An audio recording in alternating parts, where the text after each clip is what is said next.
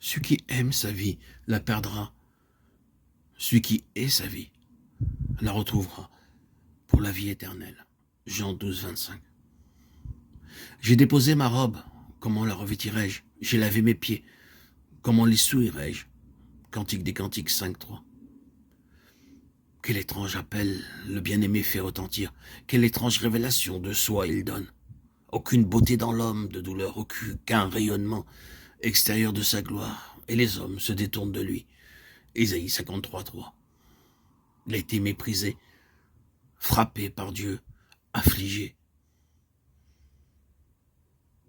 On a dit que tous les martyrs ont une apparence ignominieuse pendant leur supplice, et que si la croix était dépouillée de la gloire que des siècles d'adoration ont projetée sur elle, nous discernerions plus nettement la honte de ce supplice, toute son horreur et l'abaissement qui l'afflige. Les disciples n'avaient jamais imaginé la possibilité d'un semblable martyr pour leur maître, bien que celui-ci eût fait le possible pour les y préparer. Aussi, quel effondrement quand l'orage éclate. Trahison, condamnation, crucifiement tombent sur eux comme autant de coups qui leur broient le cœur et les assomment. Rester fidèles en cet instant, ce serait pour eux faire le sacrifice de leur vie. Nous pouvons difficilement mesurer l'immensité de leur douleur, de leur désarroi, quand ils abandonnèrent leur maître et s'enfuirent. Il y a un moment dans la vie de l'âme rachetée où celle-ci peut discerner tout ce qui va lui coûter la volonté de suivre Jésus, où elle comprend ses paroles, être rendue conforme à Christ en sa mort. Alors, tout s'effondre autour d'elle. Jusque-là, sa pensée s'était étendue avec complaisance sur ce qu'elle avait reçu de Christ. Elle avait perdu de vue que le disciple n'est pas plus que son Seigneur et que le Christ crucifié a besoin de disciples crucifiés. Maintenant, elle discerne la croix et elle recule. Ce n'est point sa volonté qui fléchit, mais son humanité. Écoutons en relation avec Gethsémane les paroles de celui qui fut Dieu manifesté en chair et cependant homme en toutes choses et tenté comme nous le sommes. Il s'écrie, « Père, s'il est possible que cette coupe passe loin de moi. Cependant, non pas ce que je veux, mais ce que tu veux. » Matthieu 26, 39. Il est possible que le disciple pense à son bien-aimé, au témoignage qu'elle lui a rendu et par lequel Dieu a été glorifié. Si elle doit le suivre dans le chemin de la douleur, comment le montrera-t-elle aux autres dans la gloire?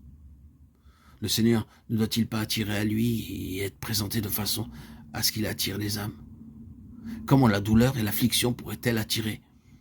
De plus, il lui est pénible d'avoir quitté l'état où elle est parvenue. Où cela la conduirait-il de répondre à ce nouvel appel? Ne peut-elle rester au point où elle est parvenue? Telle qu'elle est déjà, on la recherche, et Dieu l'emploie pour communiquer sa vie à d'autres. La gloire d'en haut demeure si manifestement sur elle que les cœurs lassés regardent vers lui. Si elle entre dans le chemin de la croix, les âmes dans la peine viendront-elles encore à elle? Et le scandale de la croix, la véritable croix, avec tout ce qu'elle implique de sacrifice et de séparation, pourra-t-elle jamais attirer la foule? Ses pensées se présentèrent à elle tandis qu'elle écoute la voix du bien-aimé.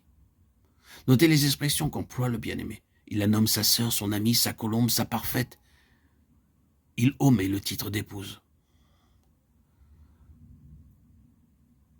Sa sœur, puisqu'elle fait la volonté de Dieu, son amie, puisqu'elle est dans ses conseils, sa colombe, car elle est cachée dans l'infractuosité du rocher, sa parfaite, puisque son cœur est tout entier à lui.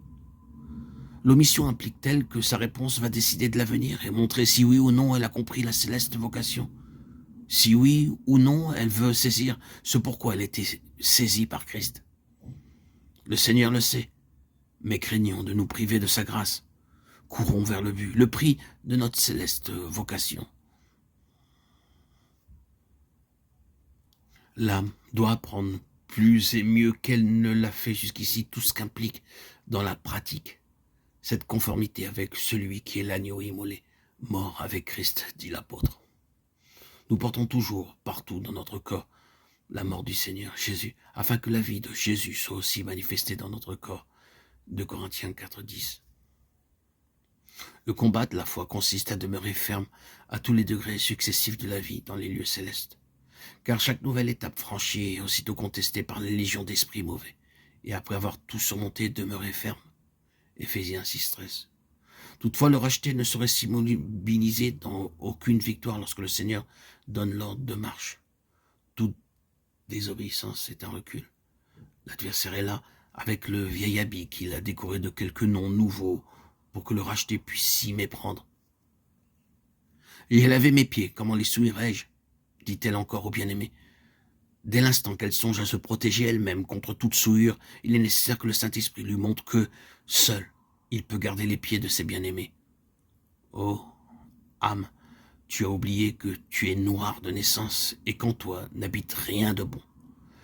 Tu ne peux être qu'un vase pour Dieu, tu dois être rien, afin que Dieu puisse être tout, en tout.